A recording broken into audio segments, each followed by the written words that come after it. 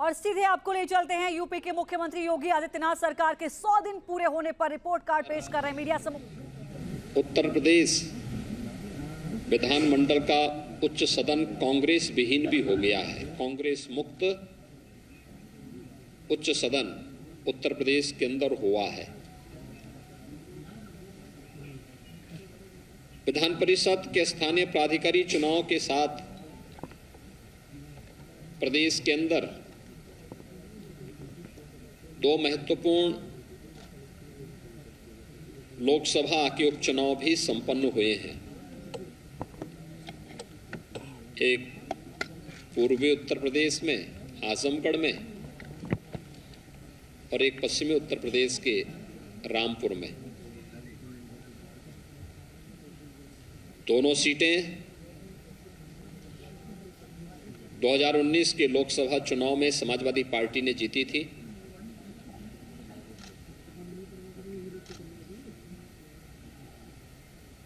इस उपचुनाव में जनता जनार्दन का आशीर्वाद भारतीय जनता पार्टी को प्राप्त हुआ। यह भी प्रधानमंत्री मोदी जी की नीतियों के प्रति और सरकार की सक्रियता और बेहतर समन्वय का एक परिणाम है कि जनता जनार्दन का आशीर्वाद फिर से भारतीय जनता पार्टी गठबंधन के प्रत्याशियों को प्राप्त हुआ और दोनों सीटों पर भी भारतीय जनता पार्टी के प्रत्याशी विजयी हुए।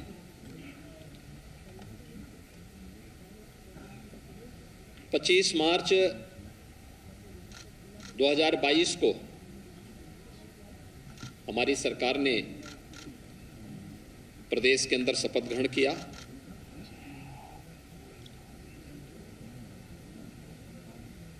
उत्तर प्रदेश के इतिहास में 37 वर्षों के बाद यह अवसर आया था जब कोई सरकार अपना 5 वर्ष का कार्यकाल पूरा करे और 5 वर्ष के अपने कार्यकाल के उपरांत फिर से प्रचंड बहुमत के साथ सरकार बनाए। पहली बार उत्तर प्रदेश के इतिहास में किसी मुख्यमंत्री ने अपना कार्यकाल पूरा किया और प्रचंड बहुमत के साथ फिर से सरकार बनाने के साथ ही सरकार को सफलतापूर्वक संचालन करने के अपने 100 दिन के अपने इस कार्यकाल की उपलब्धियों के साथ जो कहा सो किया कि इस अपने परंपरागत अभियान को लेकर के फिर से मैं आपके बीच में यहाँ पर उपस्थित हुआ हूँ। हम सब जानते हैं कि उत्तर प्रदेश देश की सब आबादी के दृष्टि से सबसे बड़ा राज्य है और प्रधानमंत्री जी बार बार इस बात को कहते हैं कि उत्तर प्रदेश में संभावना है, एक पोटेंशियल है कि उत्तर प्रदेश भारत की अर्थव्यवस्था का ग्रोथ इंजन बनने की सामर्थ्य रखता है। उस सामर्थ्य को सजोने का कार्य और उसको देश और दुनिया के सामने प्रस्तुत करने का कार्य, उसकी आधारशिला 2017 से मार्च 2022 के बीच में हमारी सरकार ने किया। अब दूसरा कार्यकाल जो हमें उत्तर प्रदेश की जनता जनार्दन ने दिया है, इस दूसरे कार्यकाल में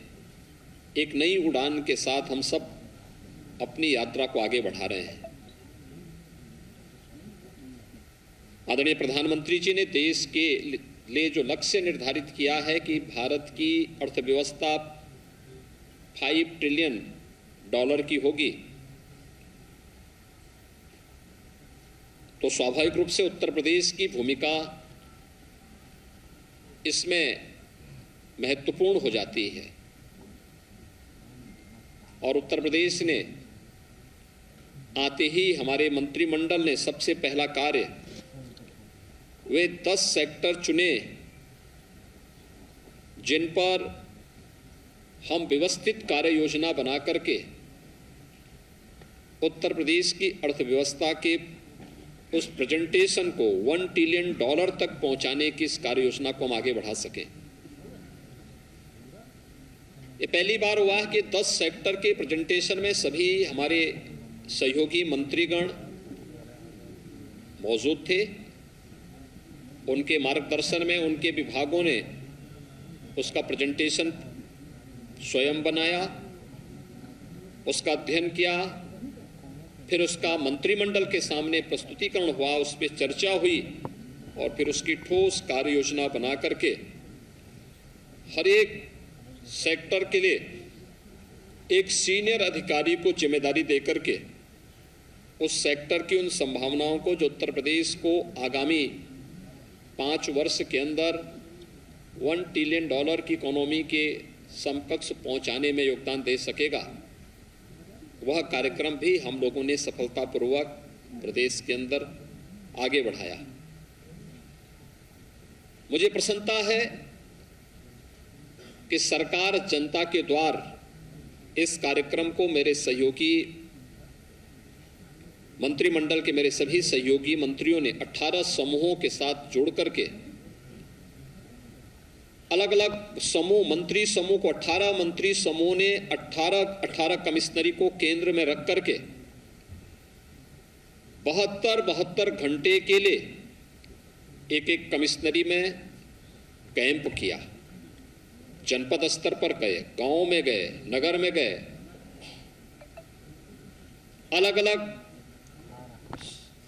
संगठनों संस्थाओं के साथ बैठकें भी संपन्न की, जनता चौपाल के कार्यक्रम भी आयोजित किए, विकास कार्यों के भौतिक सर्वेक्षण भी किए और उन कार्यक्रमों को आगे बढ़ाने का कार्य किया जो जनता के मन में एक नया विश्वास पैदा कर सके। मंत्री समूह ने अब तक हर मंत्री समूह 2 कमिश्नरी कवर कर चुके हैं और सफलतापूर्वक इन कार्यक्रमों को एक नई गति उनके मार्गदर्शन में न केवल अपने विभाग के कार्यों को बल्कि जमीनी धरातल पर जाकर के देख करके शासन की सभी प्रकार की योजनाओं को प्रभावी ढंग से क्रियान्वयन का कार्यक्रम भी आज प्रदेश के अंदर सफलतापूर्वक आगे बढ़ने का कार्य हो रहा है। मित्रों, ये जो कार्यक्रम है जो उत्तर प्रदेश की अर्थव्यवस्था को एक नई गति देने के लिए एक टीम वर्क प्रदेश के अंदर देखने को मिल रहा है, इस टीम वर्क ने अपने पिछले कार्यकाल में बहुत सारी उपलब्धियां हासिल की थी और आज उत्तर प्रदेश को देश की सबसे बड़ी अर्थव्यवस्था के रूप में स्थापित करने के इस लक्ष्य को आगे बढ़ाते हुए हम लोगों ने अगले 5 वर्ष की जो कार्य योजना तैयार की है, इसमें 100 दिन के जो लक्ष्य तय किए गए थे, उन लक्ष्यों को सफलतापूर्वक आगे बढ़ाने का कार्य भी वर्तमान में हम लोग कर रहे हैं, जो उत्तर प्रदेश की प्रगति और समृद्धि की दिशा से अत्यंत महत्वपूर्ण है। हम लोगों ने प्रदेश के अंदर जो कार्य योजना तैयार की, इस दौरान हम लोगों ने तकनीक का भी बेहतर इस्तेमाल किया। पहली बार हुआ जब प्रदेश के अंदर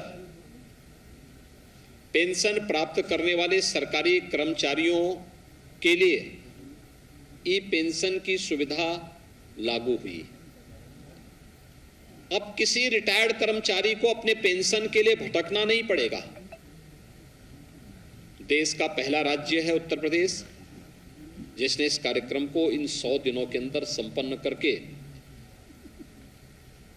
प्रदेश के अंदर आदरणीय प्रधानमंत्री जी के डिजिटल इंडिया के कार्यक्रम के माध्यम से कार्मिकों की समस्या के समाधान का एक रास्ता निकाला। ई विधान लागू किया गया। विधानसभा का अभी हाल ही में संपन्न सत्र ई विधान के साथ संपन्न हुआ है और यही नहीं, आज़ादी के अमृत महोत्सव वर्ष में देश के महामहिम राष्ट्रपति जी का दोनों सदनों को मार्गदर्शन भी प्राप्त हुआ है। ये 100 दिन के अंदर ही ये सभी कार्यक्रम प्रदेश के अंदर संपन्न हुए हैं। हम सब जानते हैं उत्तर प्रदेश 2017 के पहले परिवारवाद, जातिवाद, भ्रष्टाचार, दंगों और अराजकता के लिए जाना जाता था। उत्तर प्रदेश के अंदर एक बड़ी अजीब सी स्थिति थी। पहचान का संकट उत्तर प्रदेश के सामने 2017 के पहले था। केंद्र सरकार की योजनाओं को 2014 के बाद अनेक लोक कल्याणकारी, गरीब कल्याणकारी योजनाओं को केंद्र सरकार ने लागू किया, लेकिन राज्य सरकार की इच्छा शक्ति उन्हें लागू करने की नहीं दिखती थी। लेकिन पिछले 5 वर्ष के अंदर प्रदेश के अंदर कानून व्यवस्था की बेहतर स्थिति को, जो हम लोगों ने विगत 5 वर्ष के अंदर प्रदेश के अंदर कानून का राज स्थापित हो, इस दिशा में जो प्रयास किए, देश